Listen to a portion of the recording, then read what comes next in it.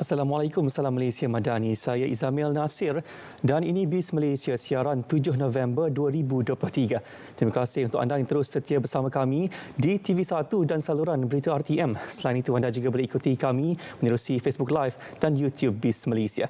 Saudara, ekonomi madani adalah wadah mengangkat semula darjat dan martabat Malaysia dengan menstruktur semula ekonomi ke arah Malaysia sebagai peneraju ekonomi di rantau Asia Tenggara. Dengan itu, kehidupan rakyat juga akan menjadi lebih baik selain menjadi satu ikhtiar ekonomi yang bersepadu dan holistik. Kebolehpasaran ekonomi madani, topik ini akan kami bincangkan dalam segmen Bual BIS seketiga nanti. Sebelum ke perbincangan topik utama, kita ikuti dahulu perkembangan ekonomi semasa. Transformasi digital memerlukan pendekatan baharu dan perlu keluar dari kerangka pemikiran lama kepada sesuatu yang sangat mendesak.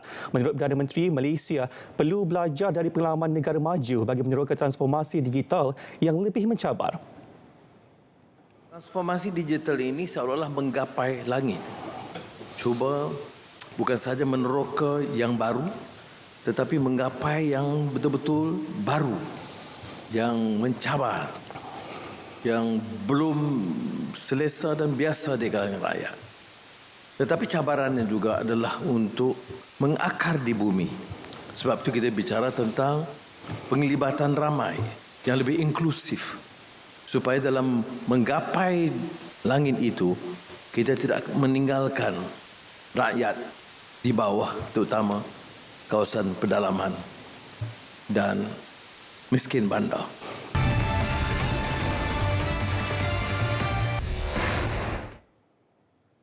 Beliau berkata demikian ketika berucap melancarkan Malaysia Digital Expo 2023 di Pusat Pameran dan Perdagangan Antarabangsa Malaysia, Kuala Lumpur. Program Pemangkin Digital Malaysia atau Digital AgTech dilancar bagi memudahkan para petani dalam meningkatkan dan percepatkan hasil pengeluaran dengan lebih produktif. Inisiatif ini telah dilancarkan Kementerian Komunikasi dan Digital KKD melalui Perbadanan Ekonomi Digital Malaysia (AMDAC). Platform itu berpotensi menjadi produktiviti lebih 500 projek digital AgTech yang baru digunakan dan lebih 60,000 petani terlatih di seluruh negara.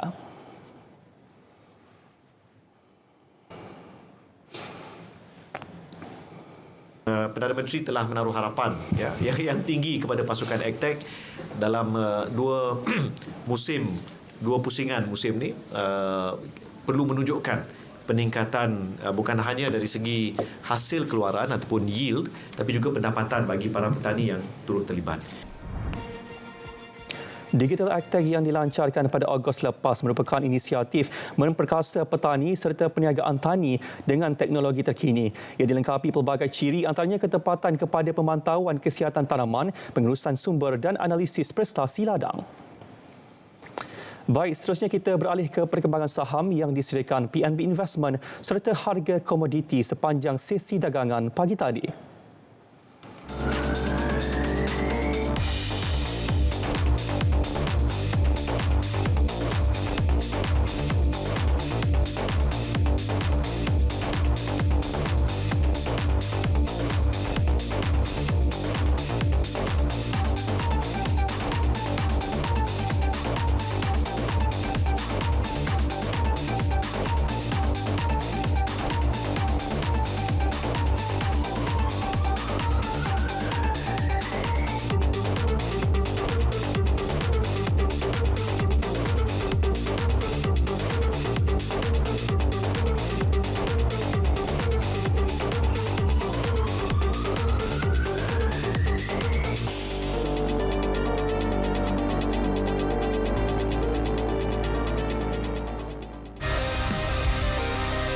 Ekonomi rakyat akan terus diangkat.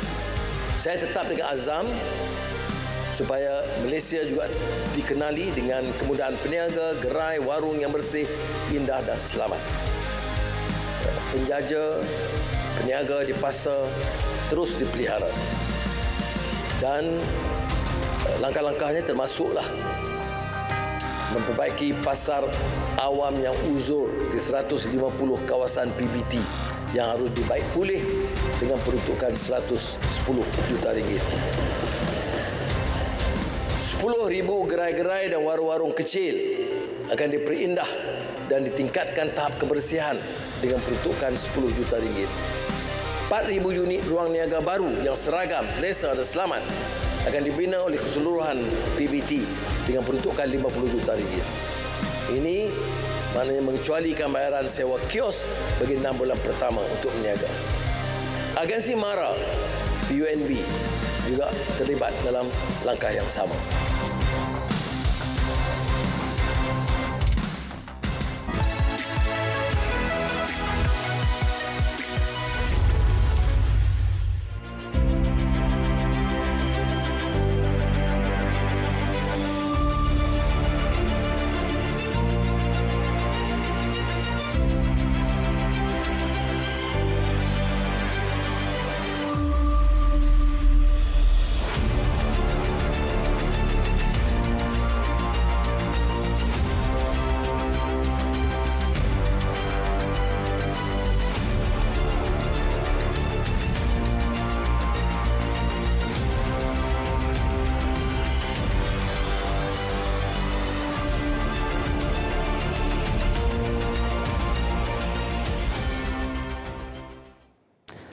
Saudara, kebolehpasaran ekonomi madani melibatkan keupayaan ekonomi negara untuk menangani ketidakstabilan, menghadapi cabaran global dan mencipta peluang perdagangan serta pelaburan yang mampan.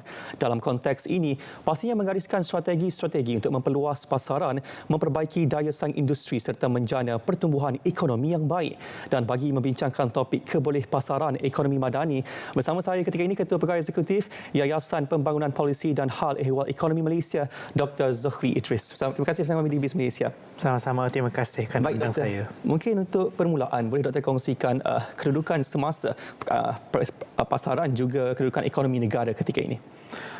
Untuk pengetahuan semua dan juga sebagai ulangan kepada pengetahuan kita yang sedia ada, kedudukan pasaran ataupun ekonomi negara masih belum dikatakan dalam keadaan yang selesa. Mengapa saya mengatakan demikian? Dalam suku pertama 2023, kita mencatatkan pertumbuhan KDNK 5.2%. Suku kedua sedikit menjunam 2.93% dan kita masih menanti unjuran untuk suku ketiga. Namun begitu, jangkaan telah pun dibuat berdasarkan data. Kita mungkin akan menganjurkan pertumbuhan antara 3.2 sehingga 3.5% untuk suku ketiga pada tahun ini. Jadi ini memperlihatkan kepada kita bahawa KDNK berada di tahap yang cukup sederhana. Dan kita juga saksikan bagaimana industri ekspor juga berlaku sedikit penurunan daripada tahun yang sebelumnya sebanyak 5.9%. Faktor-faktornya juga adalah faktor yang sama seperti mana yang saya telah sebutkan dalam episod-episod yang lalu,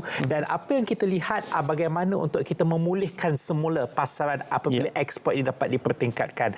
Cumanya berita baiknya dari segi perkhidmatan, kita ada sedikit peningkatan 4.7% berbanding tahun sebelumnya, dan perkhidmatan ini semestinya sudah menjadi satu teras kepada pertumbuhan KDNK kerana kita memang bergantung kepada sektor perkhidmatan dalam negara kita. Baik, bila kita bercakap kedudukan masih kita tunggu suku ketiga KDNK dan sebagainya, bagaimana landscape ekonomi global juga serentak itu mempengaruhi, memberi impak kepada pertumbuhan ekonomi negara? Dalam kita merancana pertumbuhan ekonomi negara, ada faktor internal dan ada faktor eksternal. Faktor geopolitik seperti yang dikatakan sebentar tadi memang memainkan peranan. Kita masih belum pulih daripada implikasi peperangan Ukraine dan Rusia. Di samping kita juga melihat kepada kelembapan sektor rangkaian pembekalan dan barangan di China, the global supply chain of China. Now, sebelum saya sentuh kepada faktor eksternal ataupun geopolitik ini, kita lihat kebergantungan kita kepada China ini sememang yang tinggi. Justru apabila berlaku sedikit penguncupan import di negara China, ia memberi kesan yang begitu mendalam kepada negara kita. Itu sebabnya China merupakan rakan dagangan terbesar dan 15.5% hasil ataupun total ekspor kita memang kita ekspor kepada China. Justru ini menjadi satu orang kata variable ataupun satu pemboleh ubah yang cukup signifikan dalam dalam ekspor negara kita. Apabila kita membincangkan tentang faktor-faktor ekonomi global dan serantau, perlu diperingatkan Malaysia mengamalkan sistem pasaran ekonomi terbuka. Maknanya kita bergantung dari segi permintaan dan pembekalan, supply and demand itu kepada negara-negara luar. Jadi kita banyak terlibat sebenarnya dengan sistem ekonomi negara luar. Dan ini sebenarnya mendedahkan kita sedikit sebanyak kepada risiko-risiko. Dan risiko ini telah pun berlaku apabila kita lihat 2 tahun kebelakangan ini COVID melanda, di mana berlakunya penguncupan secara drastik dalam sektor barangan dan perkhidmatan antara negara dan rantau. Kita lihat Malaysia juga mendapat dampak ataupun impak yang sama. Baik, kita lihat juga ketika masih lagi Ukraine dan juga Rusia dan juga krisis di China dan sebagainya, sejauh mana krisis geopolitik ini seperti sekarang ini di Palestin dengan libat sama kuasa besar seperti Amerika Syarikat memberi impak kepada kebolehpasaran ekonomi kita sendiri? Tular di beberapa penerbitan di media sosial akan soalan ini. Apakah impak peperangan ataupun konflik yang berlaku di Palestin terhadap ekonomi negara kita? Rata-rata pakar ekonomi mengatakan impaknya begitu rendah atas beberapa sebab. Antara sebab yang utama adalah faktor geografi, di mana kedudukan negara kita dan juga hubungan dagang dan ekspor import negara kita dan Palestin dan juga kejiranannya itu sangat rendah dan tidak memberi signifikannya. Namun kita perlu berhati-hati, dan ini tidak disebut dalam mana-mana pendapat yang saya dengar. Kita perlu berhati-hati kerana apabila konflik Palestin ini mendapat perhatian daripada kuasa-kuasa besar dunia secara tidak langsung, bukan secara langsung tetapi secara tidak langsung, ia juga mempengaruhi kedudukan ataupun kepentingan ekonomi kita. Mengapa saya katakan demikian? Macam saya katakan tadi, ekonomi negara mengamalkan sistem pasaran terbuka. Kita bernilai berdasarkan sentimen negara-negara luar terhadap kebolehpasaran ekonomi kita. Jadi di sini kita perlu berhati-hati. Bak kata pepatah tu, kita kena tarik rambut dalam tepung. Rambut tu tak putus, tepung itu tidak berserakan, dan itu memerlukan satu pemikiran dan strategi yang komprehensif dan holistik.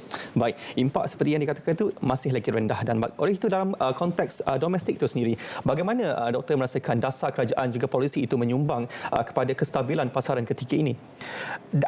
Dasar-dasar kerajaan sudah berlaku setiap kali belanjawan itu dibentangkan.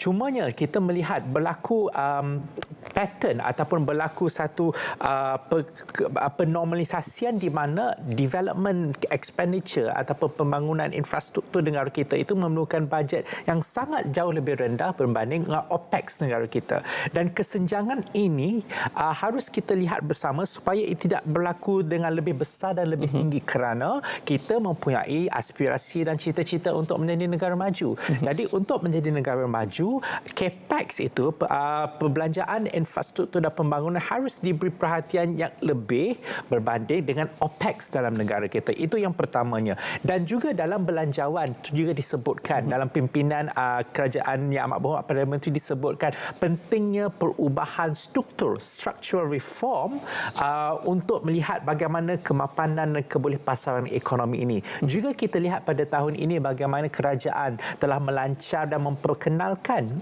NIMP 2030 dan juga NETR.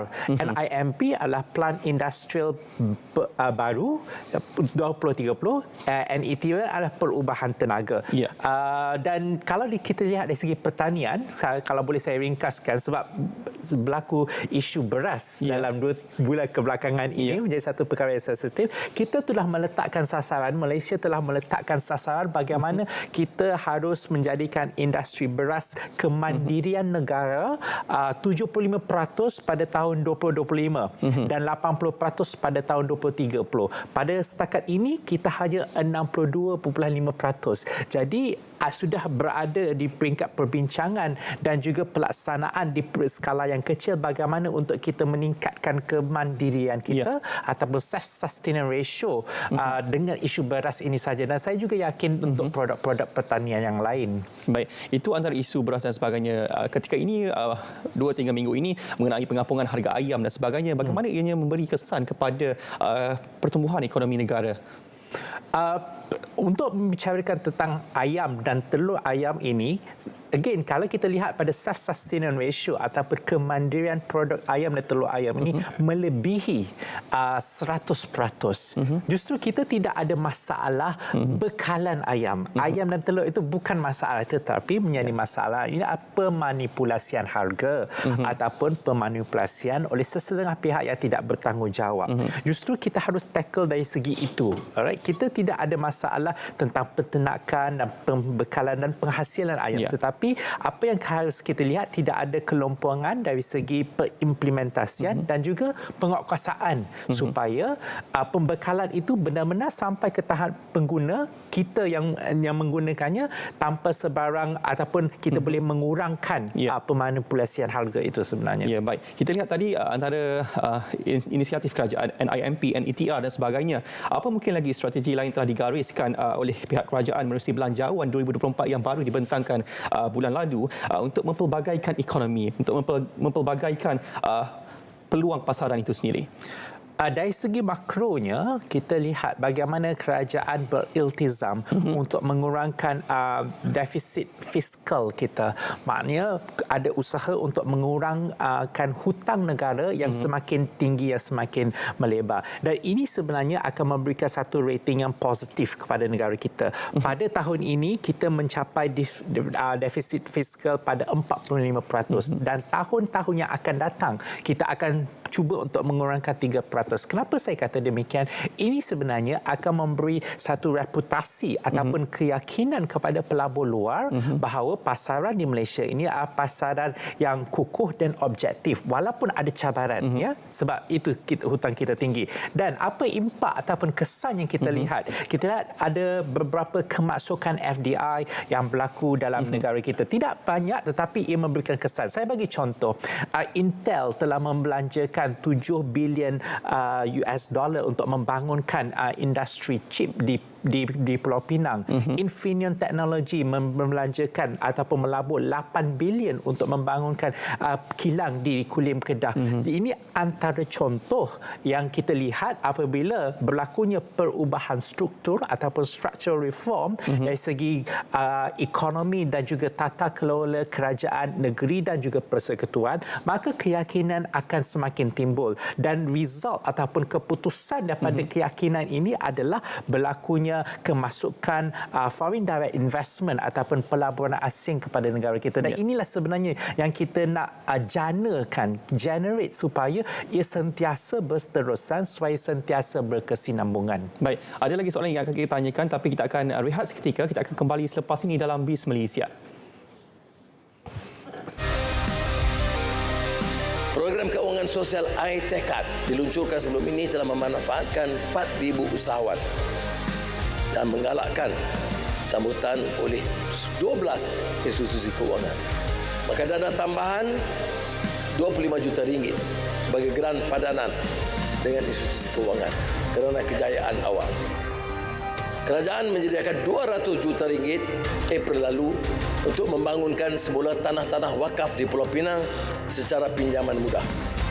Tahun depan insya-Allah kerajaan meningkatkan dana kepada RM500 juta untuk pinjaman mudah, meningkatkan pembangunan semula tanah-tanah wakaf di seluruh negara. Baik, kembali dalam BIS Malaysia bersama dengan Dr. Zokri Idris, Ketua Pegawai Eksekutif Yayasan Pembangunan Polisi dan Hal Ehwal Ekonomi Malaysia, PIS, membincangkan topik kebolehpasaran ekonomi madani. Baik, Doktor, kita teruskan. Mungkin dalam usaha untuk kita memastikan kebolehpasaran itu tinggi untuk ekonomi Malaysia, apa mungkin cabaran-cabaran yang kita akan hadapi dalam memastikan kebolehpasaran itu kita boleh tackle?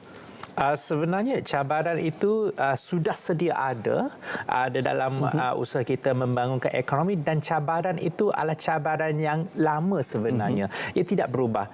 Antara intipati dua cabaran utama untuk kita memboleh pasarkan ekonomi madani ini. Pertamanya adalah kita lihat dari segi pelaksanaan ataupun implementasi kepada segala dasar inisiatif blueprint yang telah dikeluarkan oleh pihak kerajaan. Dan ini sebenarnya yang menjadi cabaran kerana kita lihat berlaku satu kebiasaan apabila sesuatu dasar itu dikeluarkan, ia tertakluk kepada kementerian yang mengeluarkan. Sebaliknya, untuk menjayakan sesuatu dasar itu, ia melibatkan dengan izin cross cooperation of all ministries. Ia melibatkan kerjasama dan libat urus antara semua kementerian dan semua agensi kerajaan, dan ini masih berlaku di tahap yang sangat rendah. Jadi kita tidak boleh, sebagai contoh NIMP 2030, kita tidak boleh meletakkan kejayaan NIMP dan juga NETR ini kepada Kementerian MITI ataupun ekonomi semata-mata, tetapi ia juga harus diusahakan oleh Kementerian Sumber Manusia yang melibatkan tentang tenaga kerja di Malaysia, Kementerian Pengajian Tinggi yang melihat kepada siswa-siswi yang untuk bersedia mengemudi NIMP ini. Kita juga harus melibatkan KPM, Kementerian Pelajaran, kerana untuk menjadi sebuah negara yang berindustri tinggi, mindset dan kemahiran itu perlu dipupuk sejak daripada awal. Itu yang pertama, pelaksanaan. Yang keduanya, kita lihat ada dari segi pembekalan tenaga kerja dan juga kadar boleh saing negara, competitiveness index Malaysia. Kerana kita lihat dan banyak juga saya berbual dengan dapatan-dapatan daripada pengusaha-pengusaha industri daripada Taiwan dan Hong Kong sebagainya, kita tidak boleh lagi mengekalkan competitiveness index kita kerana graduan yang kita pasarkan dia masih belum mencapai apakah yang ingin untuk kita menjadi negara maju berdasarkan industri 4.0, dan pada ketika ini, masa saat kita berbincang ini, kita sudah pun menganjak kepada industri 5.0 yang mana kemahirannya adalah kemahiran yang berfikiran tinggi, kebat dia tu dah kebat yang lain dah sebenarnya, tetapi kita masih belum mencapai ke tahap itu. Jadi sebagai kesimpulannya, pelaksanaan oleh peringkat kerajaan dan swasta, dan kedua, kesediaan kita dalam menyediakan tenaga kerja yang sesuai dengan industri yang ingin kita ceburi. Ya, bila kita bercakap mengenai IR 4.0 dan hampir ataupun sudah pun sebenarnya berada dalam IR 5.0 berkenaan dengan kemahiran dan sebagainya, bagaimana inovasi produk pembangunan kemahiran individu itu sendiri dan pemerkasaan usahawan tempatan memainkan peranan penting dalam untuk membentuk kebolehpasaran ekonomi madani? Inovasi ini adalah sesuatu yang bukan sekadar kita mencipta, tetapi inovasi ini adalah sesuatu untuk kita merubah produk status quo yang sedia ada ke arah yang lebih baik. Dan ini sebenarnya yang masih menjadi satu cabaran kepada negara kita, bagaimana untuk kita mewujudkan pemikiran yang berinovatif, melihat kepada permasalahan dan cara penyelesaian kepada sedia ada. Rata-rata kita hanya mencari kelompangan dan kesalahan, tetapi tidak lihat kepada inovasi.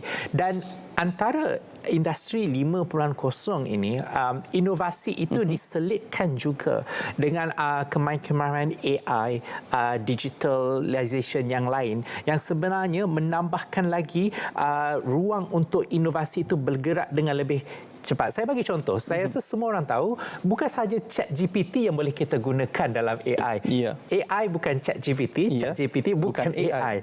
Ada banyak lagi, beratus-ratus yang kita tidak tahu dan kita tidak tahu menggunakan. Ini antara contoh yang paling kita nampak bagaimana kurangnya kita dalam menghadapi dan juga untuk menelusuri dunia digital dan dunia AI ataupun industri 5.0.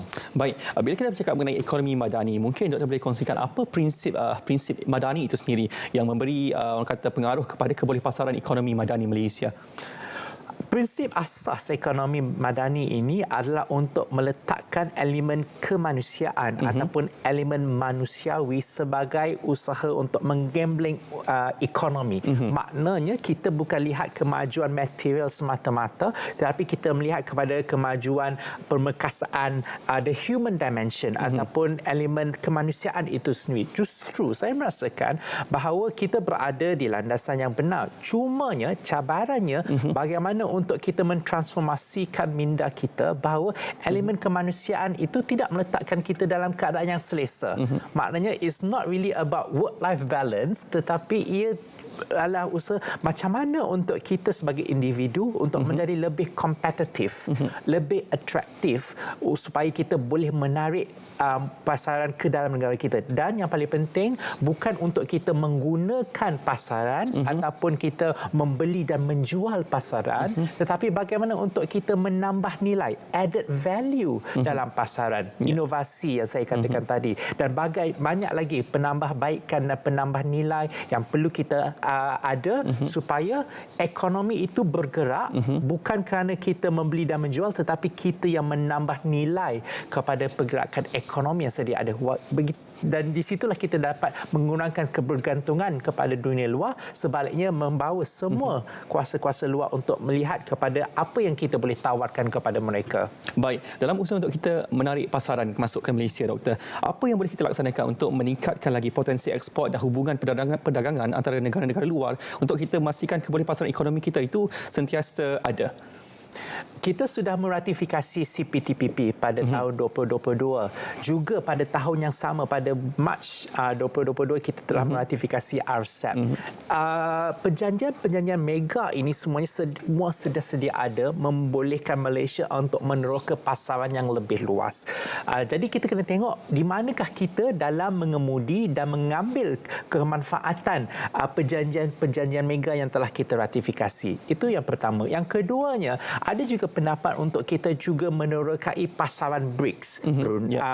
Brazil, Russia, India, China dan juga South Africa. Ini semua adalah pasaran-pasaran baru yang kita tidak beri perhatian satu ketika dahulu, tetapi kita boleh lihat apa yang boleh kita teroka. Dan kita sebenarnya tidak perlu pergi jauh. Banyak produk-produk eksotik negara kita yang boleh kita pasarkan sekiranya kita tahu bagaimana untuk mengkomersialkan sesebuah durian antara contohnya. Bukan sahaja kita harus jual durian yang berulas tu, tapi kita boleh lahirkan produk-produk berasaskan durian yang mempunyai nilai komersial, yang mempunyai nilai kompetitif, dan akhirnya kita boleh pasarkan kepada negara luar. Dan bukan banyak negara yang menggunakan durian. Indonesia, Thailand, Malaysia, dan kita antara yang utama. Kenapa kita tidak exploit ataupun kita tidak menggunakan peluang ataupun ruang yang sedia ada untuk membawa kita ke lebih maju. Baik, mungkin Doktor secara ringkas sebelum kita akhiri rancangan, apa boleh Doktor rumuskan mengenai topik kita hari ini?